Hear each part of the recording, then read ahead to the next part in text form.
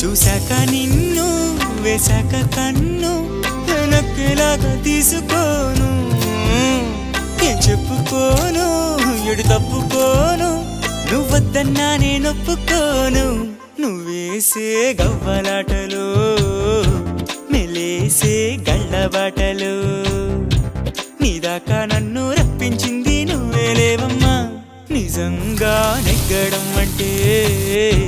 ఇష్టంగా ఓడడం అంతే